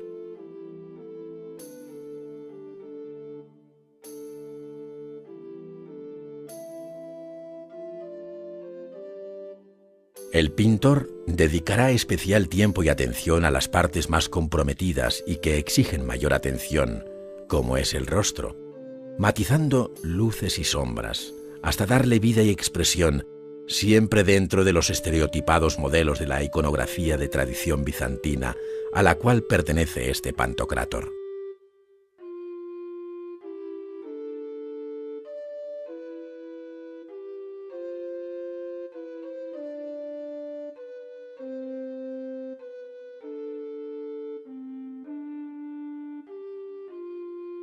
Solo los grandes maestros dominaron este arte y esta técnica, siendo preciso vincularse a ellos para alcanzar sus secretos.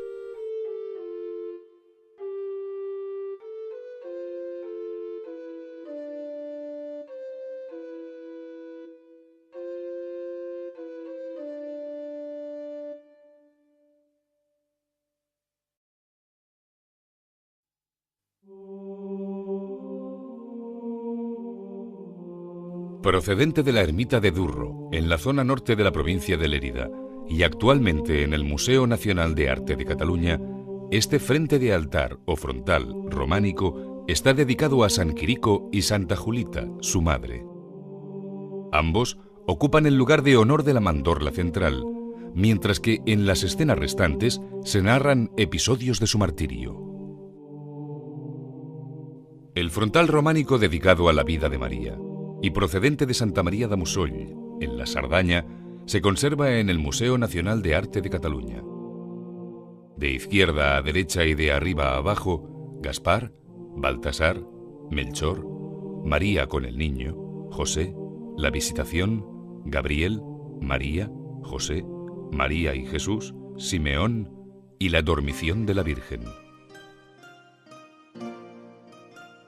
La iglesia de San Martín de Gía, en la provincia de Huesca, contó con un frontal románico que se halla hoy en el Museo de Arte de Cataluña. Constituye un ejemplo de los que se hicieron en el siglo XIII. Tipos y líneas estilizadas denotan su pertenencia al nuevo estilo gótico, viéndose el fondo de estaño sobre el que su autor, el pintor Juan, dibujó las escenas de la vida de San Martín, representado en el centro a mayor tamaño. En el Museo de Arte de Cataluña se encuentra el frontal de Santa María de Rigatell, de Huesca, conocido como el frontal de Betesa.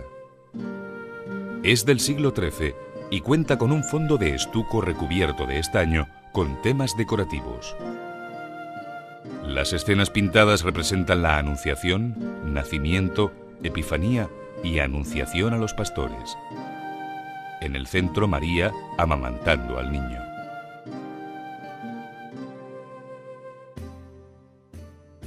Uno de los frontales más conocidos es el que, procedente de la iglesia de Santa María de Avià, se custodia en el Museo de Arte de Cataluña.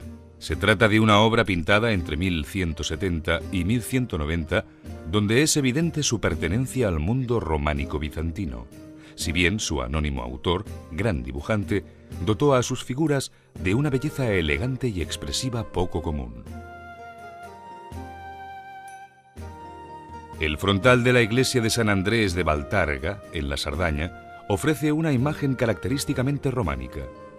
En el centro, el Pantocrátor, dentro de la mandorla y rodeado por el tetramorfos o 4 símbolos de los evangelistas. Los apóstoles Andrés, Santiago, Felipe y Tomás a nuestra derecha, y al otro lado, San Juan, la Virgen y el martirio de San Andrés. Pintado hacia 1200, está hoy en el Museo de Arte de Cataluña. En la rica colección de frontales del Museo Nacional de Arte de Cataluña se incluye este llamado del apostolado, por aparecer flanqueando al Pantocrátor.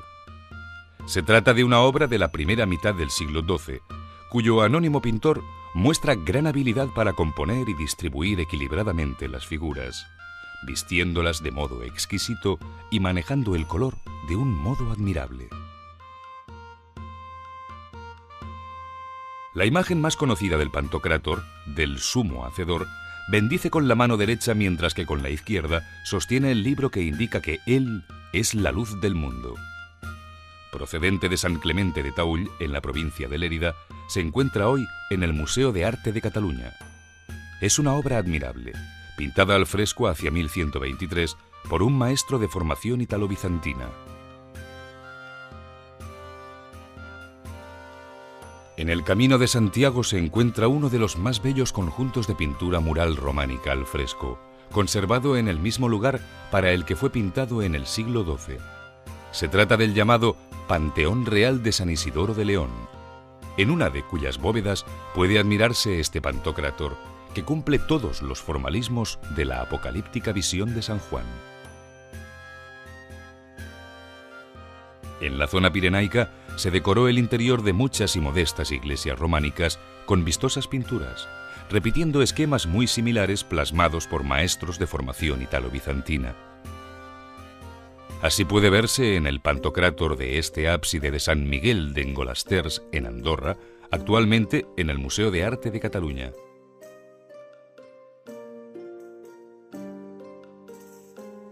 La interpretación del Pantocrátor rebasó los límites cronológicos de la pintura románica y sobrevivió en pleno siglo XIII, coexistiendo con la pintura gótica. Es el caso del Pantocrátor que recubría el ábside de la iglesia de San Vicente de Bió, en la provincia de Huesca, y que hoy puede contemplarse en el Museo Diocesano de Barbastro. Fue ejecutado al temple en lugar del usual fresco. La Virgen María, como Madre de Dios, como Theotokos, comparte con el Pantocrátor el lugar de honor de las iglesias, en su ábside central. Así estuvo en Santa María de Taull, en Lérida, hasta su traslado al Museo de Arte de Cataluña en Barcelona, esta bella imagen de la Virgen con el Niño, ambos sobre un rico trono y dentro de la mandorla que señala la máxima jerarquía.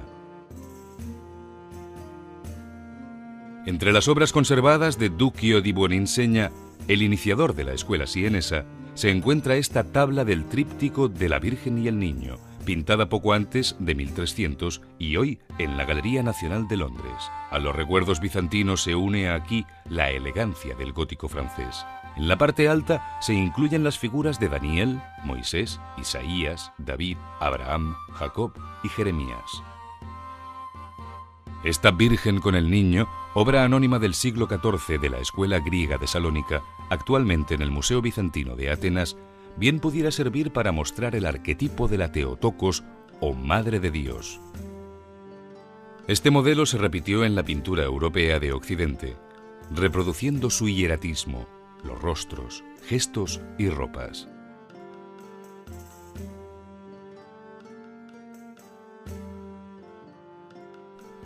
La influencia ejercida por Giotto entre sus discípulos hizo que poco a poco los viejos modelos bizantinos de la Theotokos o Madre de Dios se convirtieran en estas imágenes de la Madonna, al modo italiano. Así lo muestra Bernardo Daddi en la del Museo de Sao Paulo, pintada en la primera mitad del siglo XIV, en la que se ve naturalidad y humana expresión. El naturalismo aprendido en Giotto marcó una época en la pintura italiana, reconocible por una mayor libertad compositiva y la plasmación de tipos fundamentalmente humanos. Así lo hizo Francescuccio Ghisi a fines del siglo XIV, en La Virgen con el Niño de la Pinacoteca Vaticana.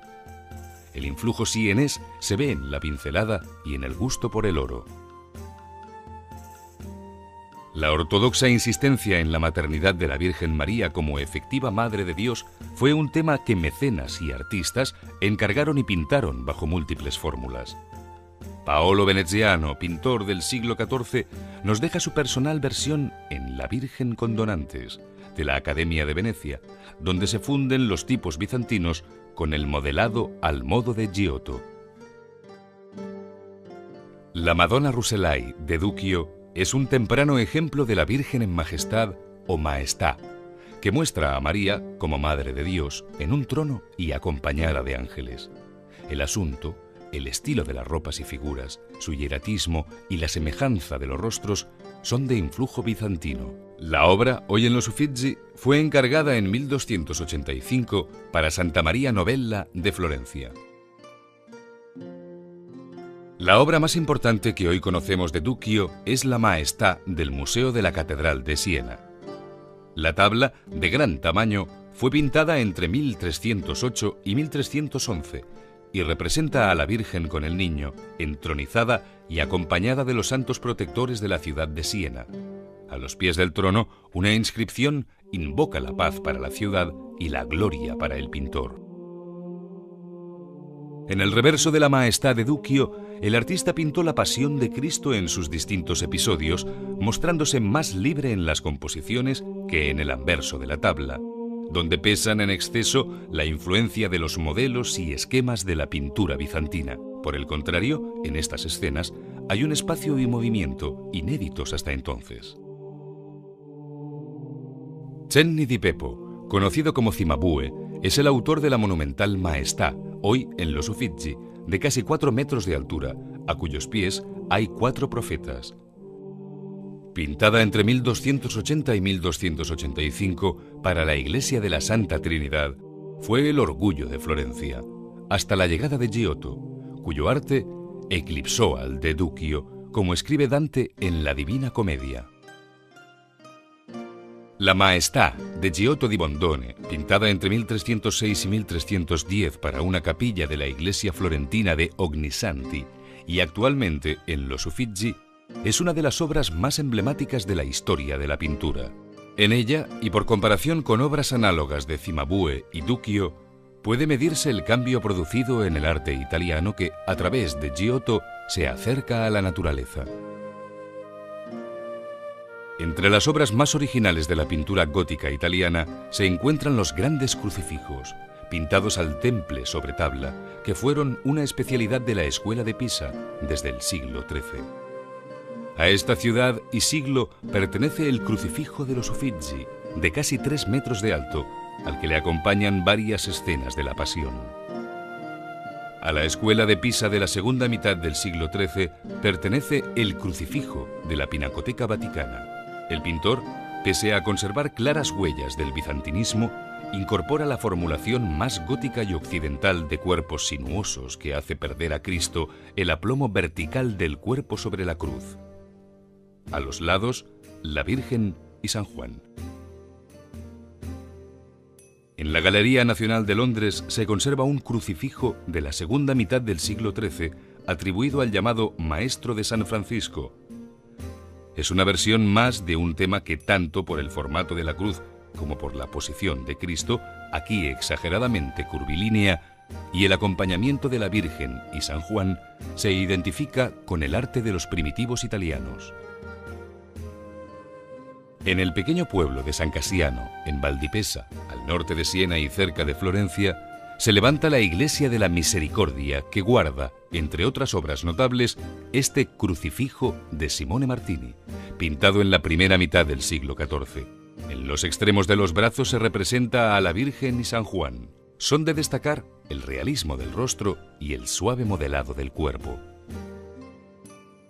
La Virgen con el Niño presidió gran número de retablos hipolípticos, como este, que se conserva en el Museo Nacional de San Mateo de Pisa. Fue pintado por Simone Martini hacia 1320, y en él se ven sobre rico fondo de oro a Dios Padre acompañado de 6 profetas, a los 12 apóstoles y a 6 santos a los lados de María. En la predela, en menor tamaño, Cristo entre la Virgen y San Juan, con amplio acompañamiento.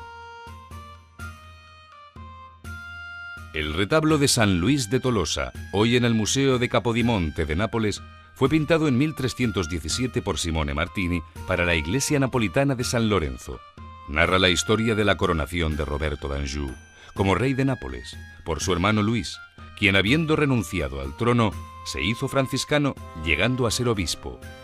El rey, a cuyo servicio estaba el pintor, mandó hacer esta obra en su memoria. Entre 1320 y 1330, Simone Martini pintó varios episodios de la vida de San Martín, en una de las capillas de la llamada iglesia inferior de San Francisco, en Asís. En esta escena vemos al soldado romano ante las puertas de Amiens, en el momento en que parte su capa para dársela al menesteroso que le pide una caridad para combatir el frío. Al día siguiente se le apareció Cristo con aquel fragmento de la capa dado al mendigo. La leyenda dorada cuenta cómo San Martín, oficial del ejército romano, renunció como tal ante el emperador, entregando el mando y su espada. Acusado de cobardía, el joven Martín se ofrece a luchar en el lugar de mayor peligro, pero empuñando la cruz de Cristo. Es el momento que Simone Martini recoge en los frescos de la iglesia de San Francisco de Asís. Martín llegó a ser obispo de Tours y aquí aparece como tal, pensativo, con 2 clérigos, uno de los cuales sostiene el misal para la celebración eucarística sobre el altar del fondo. La pintura forma parte del ciclo que Martini ejecutó en la iglesia inferior de Asís. Junto a la elegancia de las figuras y a la bella tonalidad de los azules, puede observarse el interés del pintor por la perspectiva. La vida de San Martín de Tours culmina con su muerte, a cuyos funerales asisten San Hilario, obispo de Poitiers, fallecido unos años antes, y San Ambrosio, transportado milagrosamente hasta aquí desde Milán. Llama la atención la belleza de la arquitectura gótica con la que el pintor consigue una ilusión de espacio real. Pintura al fresco debida a Martini en la iglesia de San Francisco en Asís. Giovanni di Muro, general de los franciscanos, encargó a Giotto la decoración de la iglesia superior de Asís, así como un ciclo dedicado a la vida de San Francisco. El maestro y sus ayudantes pintaron al fresco entre 1295 y 1300 una serie de episodios inspirados en la leyenda mayor de San Buenaventura, escrita unos años antes. Aquí se ve al santo recibiendo los estigmas o heridas de Cristo. Las escenas pintadas por Giotto en la iglesia de Asís abordan composiciones distintas, incorporando en ocasiones espacios cerrados como este que, bajo una arquitectura gótica, acoge el sermón de San Francisco ante el Papa Honorio III. Se trata de una visión del espacio en perspectiva, muy elemental, a modo de caja, en la que distribuye a los personajes de 3 en 3 bajo los arcos. El Papa Inocencio III tuvo en sus sueños una visión tambaleante de la Iglesia Universal, personificada aquí en la Basílica de San Juan de Letrán. En el propio sueño vio cómo San Francisco acudía en su auxilio sosteniéndola sobre el hombro. Giotto, en este fresco de Asís, supo conciliar el sueño y la realidad, haciéndolos aparecer como algo natural a través de la poesía de su pintura. Después del sueño de Inocencio III, el Papa ve en él un aviso divino para que confirme la regla de la nueva orden religiosa de los franciscanos, según interpreta Giotto en esta escena de la iglesia de Asís. De nuevo, se ve el cúbico espacio de la estancia con 2 grupos muy compactos de figuras, el de San Francisco y sus hermanos y el del Papa con obispos y consejeros. Entre 1304 y 1306, Giotto y sus ayudantes pintaron un amplio programa iconográfico, cubriendo los muros y bóveda de la pequeña capilla que, en Padua, lleva el nombre de Enrico Scrovegni, su comitente. En esta escena del juicio final, en una visión que anticipa la de Miguel Ángel en la Sixtina, se ve el grupo de los condenados al infierno, donde Dante colocó a Reginaldo, el usurero padre de Enrico Scrovegni. En la capilla Scrovegni de Padua, Giotto plasmó la historia de Cristo, desde su infancia hasta los episodios de la Pasión. En esta escena del prendimiento, Judas traiciona a Jesús con el beso en la mejilla, ante un nutrido grupo de gentes con antorchas, lanzas y palos, cuyo efecto lo consigue el pintor multiplicando las cabezas sobre las figuras del primer plano. En las pinturas al fresco ejecutadas por Giotto en la capilla Scrovegni de Padua, hay momentos de gran intensidad dramática, en los que el artista, por su moderna visión, destaca entre todos sus contemporáneos. Magistral y emotiva resulta la escena de Cristo ante Anás y Caifás, quien, con teatral gesto, se desgarra las vestiduras al oír de Jesús que era hijo de Dios.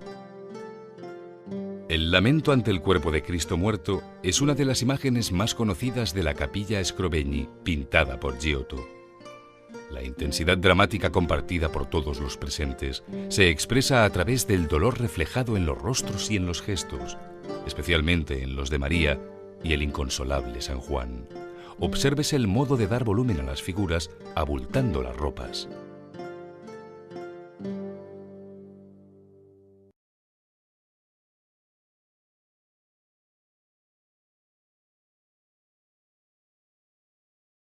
De la forma, sino a la estructura espacial de la composición, añadiéndose a todo ello el manejo excepcional del color, cuyas posibilidades utilizó con singular maestría.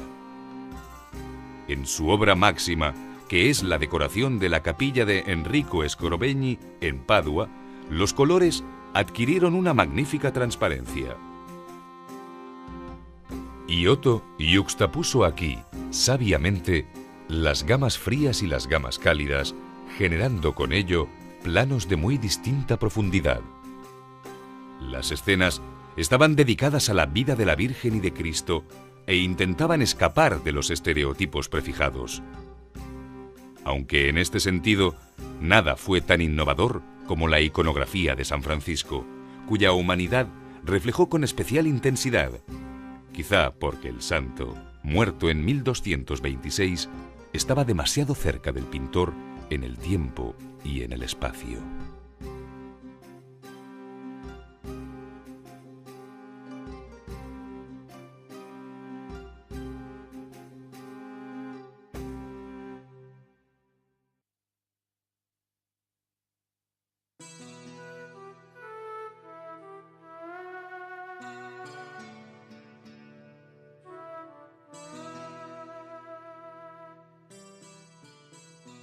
Simone Martini nació en torno a 1287 y a pesar de que apenas conocemos nada de su formación, su arte debió de ser muy admirado desde los primeros momentos porque en 1315, antes de cumplir los 30 años, el Palacio Comunal de Siena le encargó la Gran Maestà, que había de presidir la Sala del Consejo.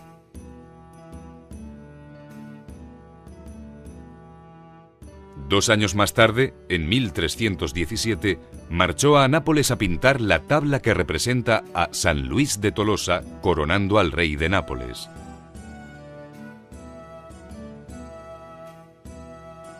Viajó igualmente a Asís, donde pintaría, también por encargo de la familia real de Nápoles, la capilla de San Martín. Pero el viaje definitivo que cerró el ciclo de su evolución pictórica fue el que realizó a Aviñón, donde residió sus últimos años y donde murió en 1344.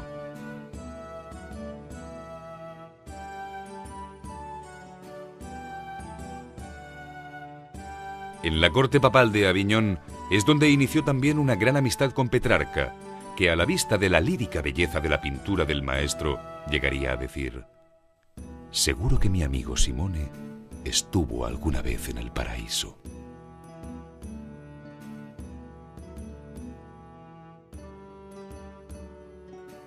El estilo de Simone Martini debe mucho a la delicadeza aprendida de Duccio. Esta deuda mía y eludiendo yuxtaponer tonos fuertes hace que, en ocasiones, recordemos más a Giotto que a los pintores sieneses. Por el contrario, será precisamente el espíritu y las formas sienesas de Duccio las que dominen en la obra de su hijo Arnau Bassa. La única obra segura salida del taller de Ferrer Bassa y ejecutada sin duda alguna por él es la decoración mural de la capilla de San Miguel en el monasterio de Pedralbes. Se trata de 22 escenas de la vida de la Virgen y de la Pasión, realizadas al óleo en 1346 y encargadas por la abadesa Francesca de Saportela y de Pinós.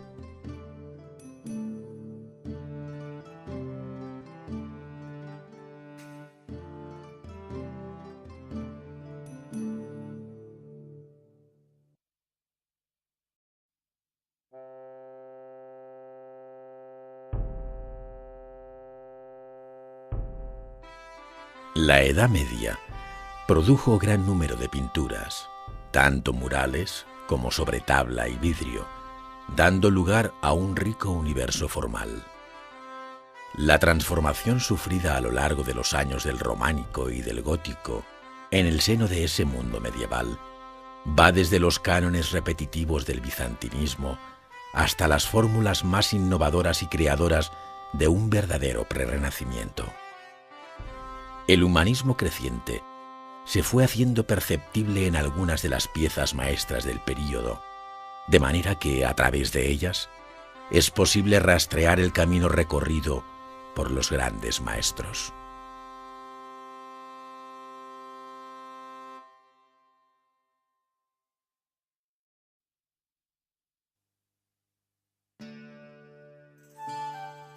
Tanto en la pintura mural al fresco como en la realizada al temple sobre tabla, la escuela florentina destacó muy pronto por su interés en observar y plasmar la realidad circundante con la máxima objetividad. Este afán proporcionó mayor solidez a las formas, disciplina en las proporciones y una manera de componer más flexible. Con ello, se consiguió un espacio pictórico emulador del espacio real y un universo formal muy bien consolidado que fue, fundamentalmente, concebido por el genio de Giotto, el más grande representante de la escuela de Florencia.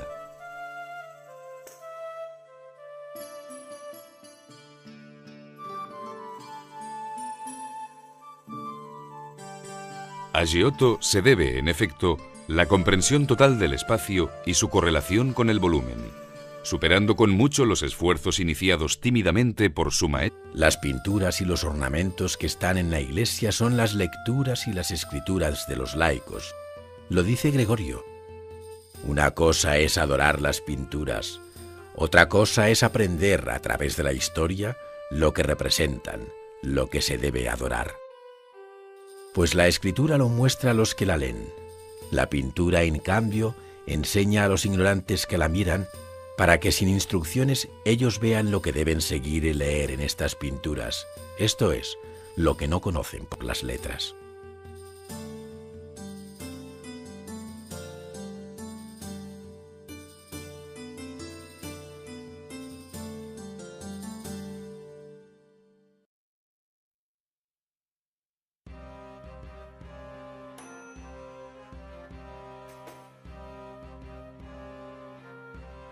Desde finales del siglo XIII y partiendo de la estética bizantina que había caracterizado a la pintura románica, comenzaron a despuntar diferentes tendencias o escuelas pictóricas que conformaron la pintura gótica europea. En Italia destacaron las escuelas florentina y sienesa, mientras que en Francia se gestó, a través de la miniatura y de la vidriera sobre todo, el llamado estilo francogótico. Estas tres escuelas fueron las que, en definitiva, dominaron en la pintura europea. Los diferentes estilos que las caracterizaban se entremezclaron no pocas veces y fomentaron la creación de escuelas locales que subsistieron hasta bien entrado el siglo XV.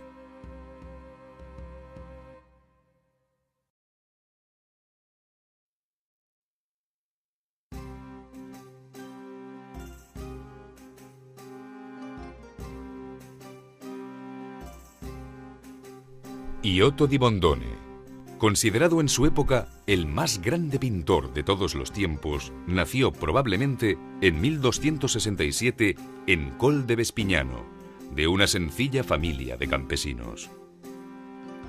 Acudió en Florencia al taller del pintor Cimabue y pronto alcanzó una excelente reputación.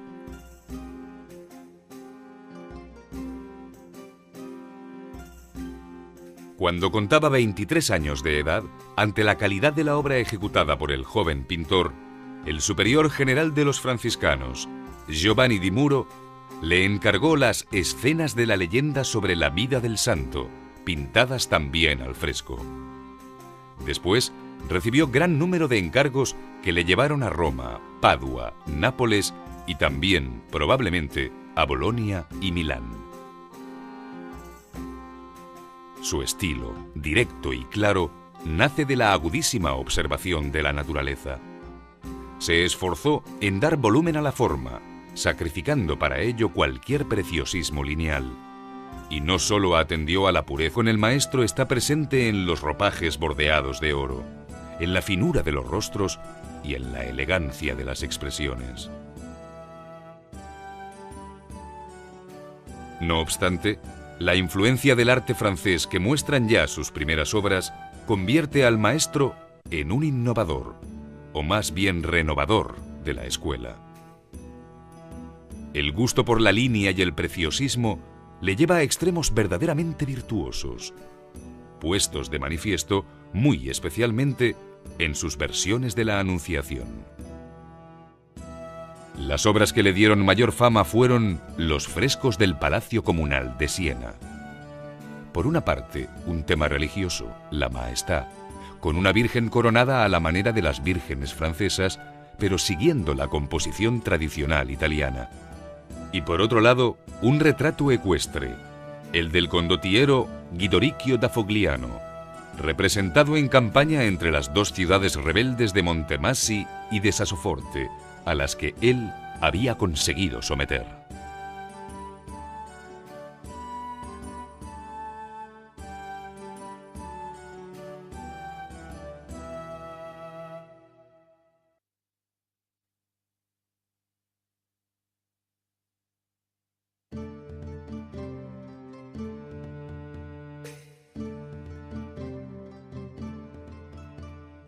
Ferrer Bassa fue el introductor del estilo italogótico en Cataluña.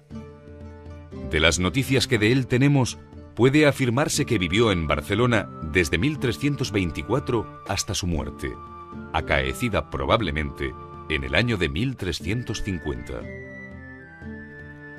Se cree que viajó por Italia, donde estudió la pintura de Giotto y de Simone Martini. Compartió después el taller y los encargos con su hijo, el también pintor Arnau Bassa, muerto por los mismos años que el padre, a causa, seguramente, de la peste negra.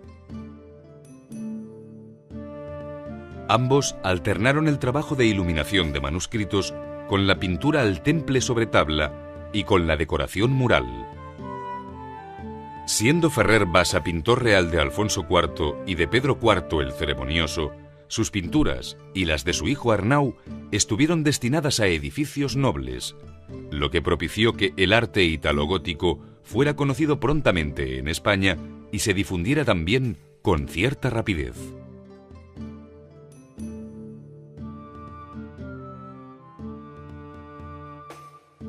En el estilo de Ferrer Bassa, la influencia de Simone Martini es muy grande. Pero Ferrer Bassa modela sus figuras con una pincelada segura que hace que las formas graviten pesadamente en el espacio pintado. Esto, unido a su manera de dar el color, buscando siempre la armonía.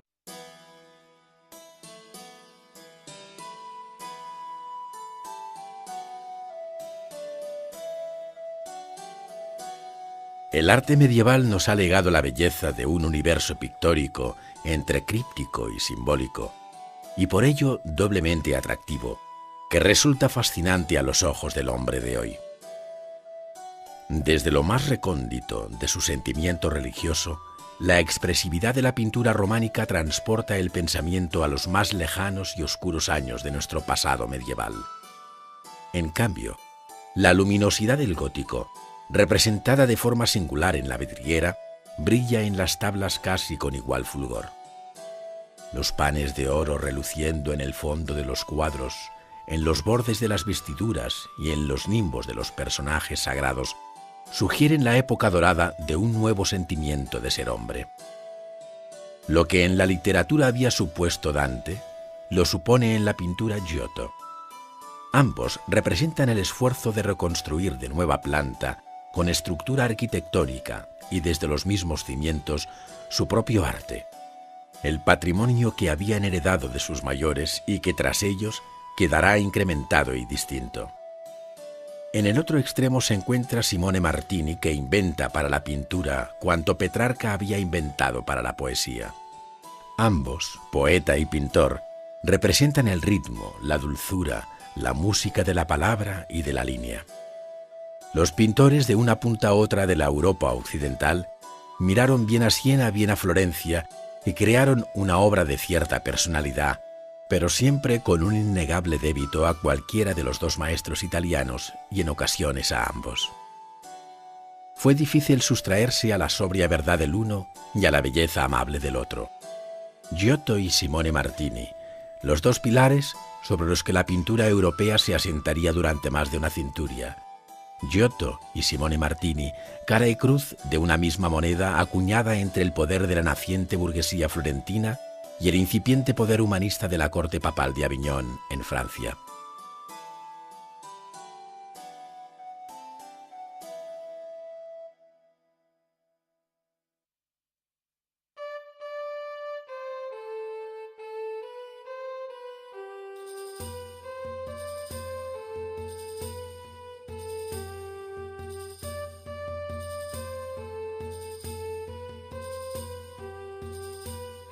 En el siglo XIII, en un momento crucial del arte y del pensamiento medieval, Guillermo Durando, obispo de Mende, escribió hacia 1286 un bello Manual de los Oficios Divinos, donde defendía la utilización de las imágenes en el arte cristiano. Así, desviando la eventual acusación de idolatría, explicaba el porqué de las pinturas en el templo.